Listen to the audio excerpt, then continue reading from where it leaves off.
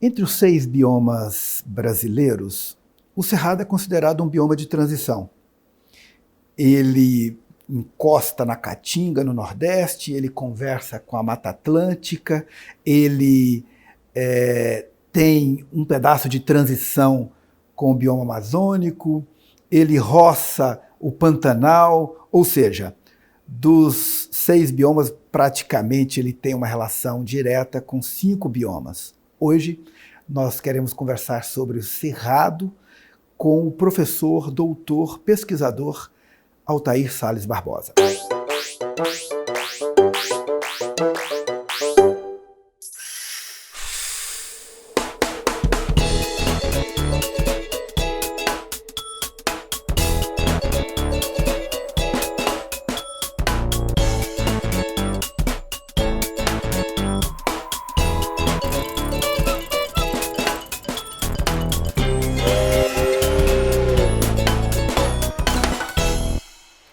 Professor Altair, como se deu a formação do Cerrado? Bom, o Cerrado é um tipo de ambiente, né, que ele se nos apresenta como um sistema biogeográfico. O que é um sistema? É um conjunto de elementos intimamente interligados, cuja modificação em qualquer um dos elementos provoca modificação no sistema como um todo. Então o Cerrado ele tem que ser visto dessa forma, né? E dentro da história evolutiva da Terra, o Cerrado pode ser considerado o ambiente mais antigo dentro da história recente da Terra. Lembrando sempre que a história recente da Terra começou há 70 milhões de anos. Então, o Cerrado começou depois do Cretáceo, né, no Terciário, no início do Terciário, há 65 milhões de anos, né, e se concretizou a partir de 45 milhões de anos. Você podia falar um pouco sobre dessa fisionomia do Cerrado? Ficando restrito inicialmente à questão da cobertura vegetal, o Cerrado se nos apresenta em forma de estratos. Por isso, o método de analisar a questão da degradação do Cerrado via imagem de satélite não funciona, porque você só vê a parte superior das espécies arbóreas, você não vê os estratos inferiores. E os estratos inferiores são os mais importantes dentro da ecologia, da dinâmica ecológica do Cerrado. Campo limpo, campo sujo. Justamente.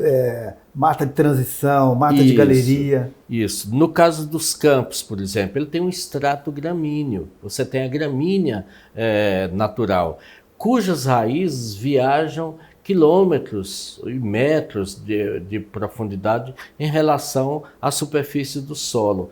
Essas gramíneas, juntando com Aristida sp, que é o capim-barba de bode, juntando com outras plantas herbáceas, tipo canela de ema, e outras plantas, tipo o tucum rupestre, por exemplo, você não consegue contar a quantidade de raízes que ela tem, porque além de ser raiz muito profunda, são milhões e milhões de raízes. E quando você corta uma raiz e leva ao microscópio, ou uma lupa estereoscópica, você ainda vê saindo dali centenas de radículas. Então, esse extrato inferior, que é o mais importante, que não aparece nas imagens aéreas, ele foi praticamente destruído. E ele é que é importante porque ele que suga a água da chuva e deposita nos lençóis subterrâneos. Primeiro o lençol freático, depois o lençol artesiano, que são os aquíferos que alimentam os nossos rios. Por falar em água, há muitos anos eu estava numa conferência e o senhor chamava a atenção de que o Cerrado é o berço das águas. Aqui nós temos uma quantidade enorme de água, mas nós não estamos aprendendo a manejar essa quantidade de água. Justamente. Recentemente eu tive, a pedido do CNPq, coordenando um trabalho, vistoriando um trabalho sobre essa questão do aquífero que recentemente se supõe existir na Amazônia, que é o alter do chão, e a gente até agora não tem nada seguro sobre isso. Então o que existe de seguro é que os 3 maiores aquíferos brasileiros, né, continentais, são os aquíferos situados nos chapadões centrais da América do Sul, onde ocorre o cerrado. Guarani está aí? Que é o aquífero Guarani, responsável por todas as águas da bacia hidrográfica do Paraná, mas também do Amazonas, também, né?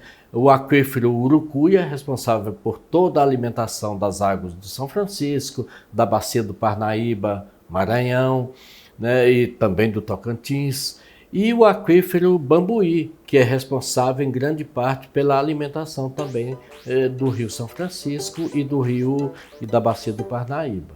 O historiador Paulo Bertrand, no seu livro História do Planalto Central, chamou atenção para esse conceito do Homo serratensis. Eu gostaria que o senhor falasse um pouco da formação humana no Cerrado, mas nós vamos para um rápido intervalo e já voltamos com o professor Altair Salles Barbosa.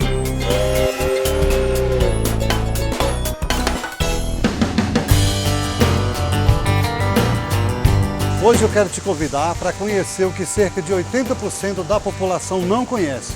Vamos lá?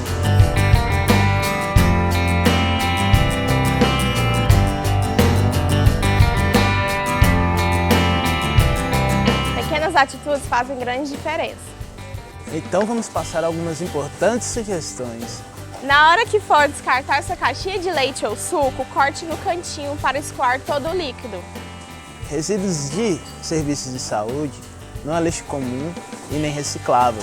Isso é lixo hospitalar e deve ser embrulhado em jornais ou papelão e identificados. Evite acidentes. Você sabia que 1 litro de óleo contamina 1 milhão de litros de água?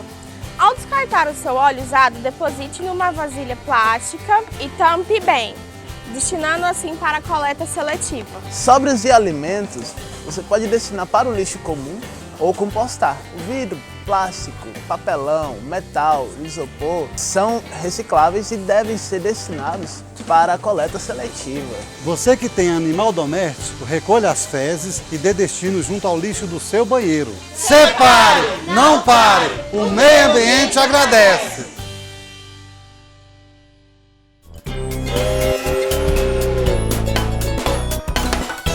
Voltando com o professor Altair, formação do homem no Cerrado. Aqui ele andava, ele coletava, ele caçava. Segundo o professor já falecido, grande historiador Paulo Bertrand, por volta de 11 mil anos. Como se deu isso? Por volta, hoje, isso já foi corrigido em termos de a datação de carbono foi recalibrada em função da quantidade de carbono existente hoje na atmosfera. Então nós podemos afirmar com certeza que o homem chegou à região do Cerrado por volta de 13 mil anos antes do presente. Então nós tínhamos o homem, dito pré-histórico, né, que viveu aqui, e ele encontrou basicamente o paraíso. Dentro desse paraíso, esse homem dito pré-histórico, ele conseguiu estabelecer um sistema de organização e planejamento ambiental que deveria ser usado como modelo pela humanidade moderna. Mas esse homem, a partir de um determinado momento, ele foi modificando suas tecnologias, principalmente a partir de 7 mil anos antes do presente, quando o final da glaciação no hemisfério norte atinge o apogeu, o nível do mar sobe, represa os nossos rios, criando internamente no interior do Brasil as lagoas e enchendo mais de água os nossos rios, tornando ele menos, com a corredeira menor.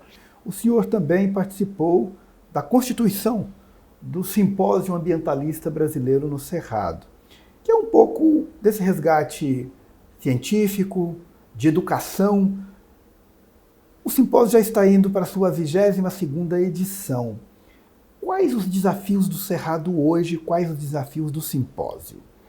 Bom, o simpósio, em síntese, ele contribuiu muito para a divulgação do nome Cerrado, né? E hoje, felizmente, nós temos que, com grande satisfação, elogiar o trabalho do procurador Juliano, né, do doutor Juliano, da Maura e da Maísa, que tem sido o sustentáculo do simpósio nos últimos anos, porque nós em função dos afazeres, tivemos que abandonar um pouco aquela rotina. Eu acredito que O senhor vem defendendo uma ideia de que é importante envolver criança nesse debate do Cerrado. Por quê, professor Altair? Pelo seguinte, porque nós temos que envolver as escolas, né, e formar um novo público com novas mentalidades, porque as nossas mentalidades são mentalidades já ultrapassadas, né? A gente tem que ver isso. Ultrapassada no sentido de que tem que haver força física, no sentido de empenhar ou de empunhar movimentos que sejam ou que resultem em resultados positivos, né, que dê resultado positivo. Então, como eu estava dizendo, o simpósio contribuiu para a divulgação do nome do Cerrado, mas ele, em síntese, trouxe poucas ações concretas que beneficiaram a integridade do Cerrado. Como que o senhor acha que o simpósio de agora para frente deve prospectar os seus seminários, as suas oficinas, os seus encontros, as suas trocas de experiência, especialmente entre as instituições que compõem o Simpósio Ambientalista Brasileiro no Cerrado? Acho que um dos caminhos é trabalhar os conceitos modernos, os conceitos atuais que a ciência vem trabalhando há muitos anos. Por exemplo? Por exemplo, a teoria do caos tem que ser levada em consideração, o efeito borboleta, os fractais, né? Conceitos modernos sobre ambientes de maneira geral. Pegando esse primeiro que o senhor abordou, teoria do caos, por quê? Não sei que tempo eu tenho, mas, por exemplo, é comum você ver, até fizeram um filme recentemente, sobre o maior desastre ambiental brasileiro, colocando Brumadinho, o rompimento da represa Brumadinho. E foi grave mesmo. Grave se você olhar dentro da perspectiva do tempo do homem. Mas nós temos que olhar dentro da perspectiva do tempo do planeta Terra, do tempo da natureza. E aí muda a questão, né? Só nesse sentido. Mas se você tomar a teoria, quando se fez aquela barragem e a exploração mineral no Brasil de forma industrial começou, ainda não se tinha conhecimento dessas teorias. Então não levava em consideração a teoria do caos. Por exemplo, um vulcão ou um terremoto que acontece na Cordilheira dos Andes, se imaginava que ele nunca tivesse impacto aqui. Claro que tem. Então, só tudo que está ligado, tudo está interligado. Então, só que esse impacto não é de imediato, é um impacto que vem acontecendo de forma cumulativa, até que um dia ele rompe, até que um dia isso chega ao ápice e faz romper uma barragem como aquilo. Então, isso tem que ser levado em consideração hoje.